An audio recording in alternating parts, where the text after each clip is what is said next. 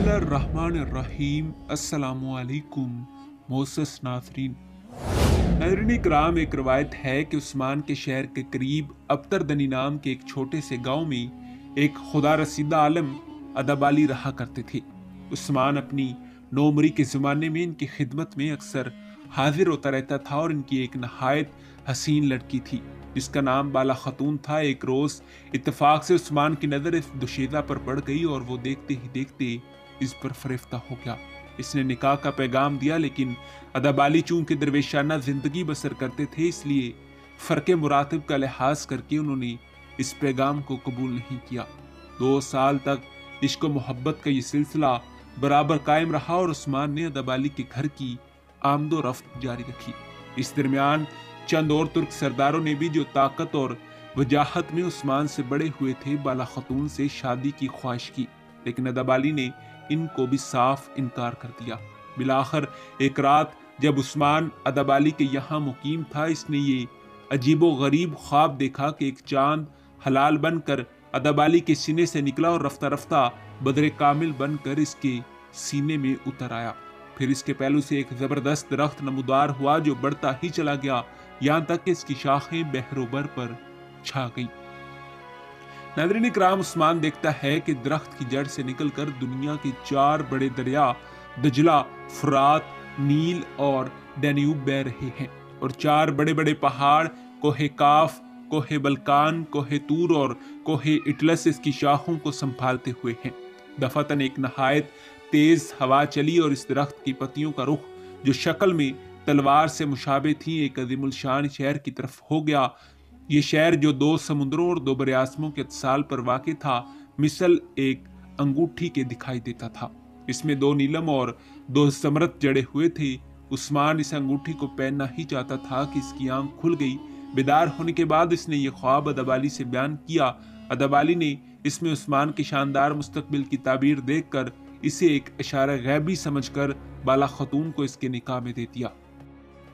नाज़रीन इकराम, उस्मान में वो तमाम उसाफ पाए जाते थे जो एक बानी सल्तनत के लिए ज़रूरी थे।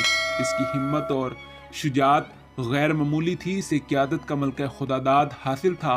मैदान जंग में इसकी बहादुरी सिपाहियों में दलेरी की रूह फूंक देती थी और इंतज़ाम हुकूमत में इसकी दानिशमंदी राया के दिलों को अपना गर्विदा बना लेती थी। इसका दिल इंसाफ की शोहरत तमाम मुल्क में फैली हुई थी। इसकी अदालत में तुर्को ततार, मुस्लिम और ईसाई सब बराबर थे। राया की बहबूदी इसका नस्बुलैन और मुल्क की खुशहाली इसका मुतमा नजर था। करोनेओला के मुजाहिदों की तरह इसकी तर्ज जिंदगी नहायत सादा और नुमाइश से यकसर पाक थी। नाज़रीन इकराम, दौलत इसने कभी जमा नहीं की। तमाम माल गनीमत गरीबों और यतीमों का हिस्सा निकालने के बाद सिपाहियों में तकसीम कर देता था। यानी शहर में इसके रहने का जो मकान था, इसमें सोने चांदी या जवाहरात की किस्म से कोई चीज भी इसके मरने के बाद नहीं मिली।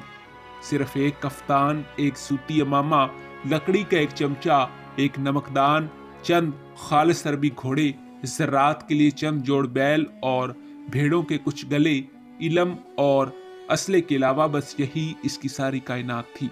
वो नहायत फ़याज़, नहायत रहमदिल और नहायत मेहमान नवाज था। इन खसूसियात की वजह से इसकी हर दिल अजीज़ी आम थी। चुनाचे तख्त नशीनी के मौके पर जब इसकी तलवार जो अभी तक महफूज है इसके जानशीनों की कमर से बांधी जाती थी, तो साथ ही ये दुआ भी की जाती थी कि खुदा इसमें उस्मान जैसी खूबियाँ पैदा कर दे। लेकिन खूबियों के साथ उस्मान के दामन पर एक बेगुनाह खून के छींटे भी नजर आते हैं।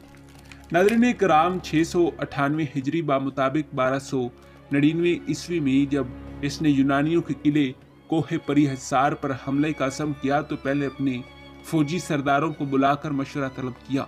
इस मजलिस में इसका बूढ़ा चचा दुंदार भी था। इसने यूनानियों की कुव्वत का अंदाजा करके हमला करने के खिलाफ राय दी।